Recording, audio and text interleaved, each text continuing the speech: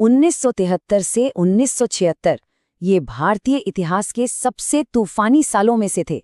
आप सोचिए, सिर्फ कुछ ही सालों के अंदर देश के संविधान में एक दो नहीं बल्कि पूरे 10 बड़े बदलाव कर दिए गए।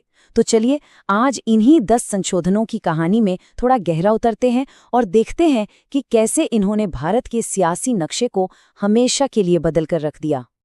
अच्छा, इस पूरी कहानी को समझने के लिए एक छोटा सा उदाहरण लेते हैं। मान लीजिए भारत एक गांव है, भारतपुर। अब इस गांव में दो बड़ी ताकतें हैं। एक तरफ है अदालत यानी हमारी जुडिशरी, और दूसरी तरफ है पंचायत यानी हमारी संसद। और इन दोनों के बीच ना एक जबरदस्त खींचतान चल रही थी। अदालत कहती थी कि पंचायत के कुछ फैसले सही नहीं है, वो असंवैधानिक है। और पंचायत का मानना था कि भाई हम ही सर्वोच्च है, हमारे फैसलों पर कोई सवाल नहीं उठा सकता। बस यही टकराव उस पूरे दशक की कहानी की जड़ है।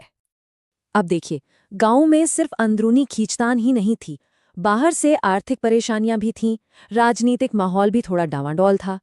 ऐसे में भारतपुर यानी हमारे देश को लगा कि उसकी जो नियम की सबसे बड़ी किताब है, जो संविधान है, उसमें कुछ मरम्मत की जरूरत है। और बस यहीं से शुरू हो गया संवैधानिक संशोधनों का वो लंबा सिलसिला। ठीक है, तो सबसे पहले बात करते हैं उन संशोधनों की जिन्होंने सचमुच में देश के भूगोल को, उसके नक्शे को एक नया आकार दिया। ये वो बदलाव थे जिन्होंने भारत की सीमाओं पर नई लकीरें खींच दी। तो देखिए, सबसे पहली चीज 1971 की जनगणना हुई और उससे ये साफ हो गया कि देश की आबादी तो भाई बहुत तेजी से बढ़ गई है। और लोकतंत्र का सीधा सा मतलब है कि ज्यादा लोगों के लिए ज्यादा प्रतिनिधि भी होने चाहिए। इसीलिए 31वां संशोधन लाया गया और लोकसभा की सीटें 525 से बढ़ाकर 545 कर दी गईं। मकसद ये था कि हर आवाज को संसद में बेहतर तरीके से सुना जा सके। अब चलते हैं देश के उत्तर पूर्वी कोने की तरफ। यहाँ की अपनी एक अलग संस्कृति है। यहाँ की जनजातियाँ, यहाँ की लोकेशन, इन सब की वजह से इस इलाके पर खास ध्यान देना बहुत जरूरी था। तो 32वें संशोधन ने मेघालय को असम के अंदर ही एक स्वायत्त राज्य यानी एक ऑटोनमस स्टेट का दर्जा दिया, ताकि वो अपने खास पहचान और संस्कृति को बचाकर रख सके। और फिर 2 साल बाद 37वें संशोधन के जरिए अरुणाचल प्रदेश को एक केंद्र शासित प्रदेश यानी यूनियन टेरिटरी बनाया गया, ताकि वहां विकास की रफ्तार और तेज हो सके। और हाँ, इसी दौर में सिक्किम के भारत में शामिल होने की कहानी भी पूरी हुई। ये काम 2 स्टेप्स में हुआ।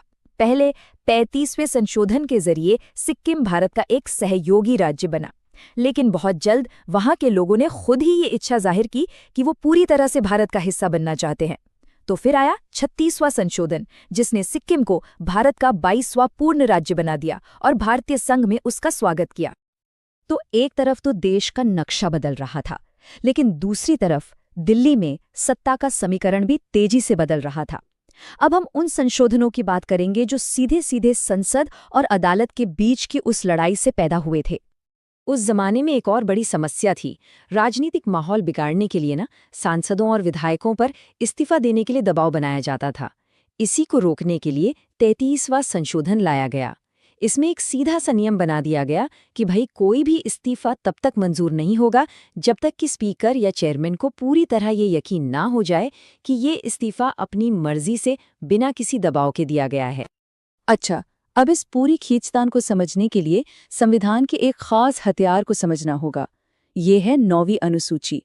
आप इसे एक तरह की सुपर शील्ड या एक ऐसे जादुई तिजोरी समझिए कि अगर सरकार किसी कानून को बनाकर इस तिजोरी में डाल दे तो फिर अदालतें उस पर सवाल नहीं उठा सकती, भले ही वो कानून मौलिक अधिकारों के खिलाफ ही क्यों ना हो। और 34वें संशोधन में सरकार ने इसी सुपर शील्ड का इस्तेमाल किया। सरकार पूरे देश में जमीनी सुधार के कानून लाना चाहती थी, लेकिन जमींदार बार बार उन कानूनों को अदालत में चुनौती दे देते थे। तो सरकार ने क्या किया, उन्होंने ऐसे 20 कानूनों को उठाया और सीधा 9वीं अनुसूची की उस तिजोरी में डाल दिया। नतीजा, वो कानून अदालत की समीक्षा के दायरे से ही बाहर हो गए। और फिर आता है साल 1975, वो साल जब देश में राष्ट्रीय आपातकाल यानी नेशनल इमरजेंसी की घोषणा हुई। ये भारतीय लोकतंत्र का शायद सबसे विवादित दौर था। और इस दौरान जो भी संशोधन हुए, उनका मकसद एक ही था, सारी शक्ति को केंद्र सरकार के हाथों में इकट्ठा करना। जरा इस टाइमलाइन को देखिए। इमरजेंसी के घोषणा के फौरन बाद कैसे एक के बाद एक संशोधन पास किए गए। ये दिखाता है कि उस वक्त संवैधानिक बदलावों की रफ्तार कितनी ज्यादा तेज थी। 38वां संशोधन एक बहुत ही बड़ा कदम था। इसने साफ साफ कह दिया कि अगर राष्ट्रपति इमरजेंसी की घोषणा करते हैं तो उनका वो फैसला आखिरी होगा। कोई भी अदालत इस बात पर सवाल नहीं कर सकती कि इमरजेंसी क्यों लगाई गई। मतलब न्यायपालिका की समीक्षा करने की शक्ति पर एक तरह से ताला लगा दिया गया। इसके पीछे की कहानी तो और भी बड़ी है। हुआ ये था कि इलाहाबाद हाईकोर्ट ने उस वक्त की प्रधानमंत्री इंदिरा गांधी के चुनाव को ही रद्द कर दिया था। बस उसी फैसले के जवाब में 39वां संशोधन लाया गया। इसने कहा कि प्रधानमंत्री, राष्ट्रपति जैसे बड़े पदों के चुनाव से जुड़ा कोई भी विवाद होगा तो उसका फैसला अदालतें नहीं करेंगी, बल्कि संसद द्वारा बनाई गई एक नई कमेटी करेगी। ये न्यायपालिका की शक्ति पर एक और सीधा हमला था। और फिर आया 40वां संशोधन इमरजेंसी के दौरान ही। अब जरा इस चार्ट को देखिए, फर्क साफ दिखता है। जहां 1974 में 20 कानून 9वीं अनुसूची में डाले गए थे, वहीं 1976 में एक झटके में 64 नए कानूनों को इस सुपर शील्ड के पीछे डाल दिया गया।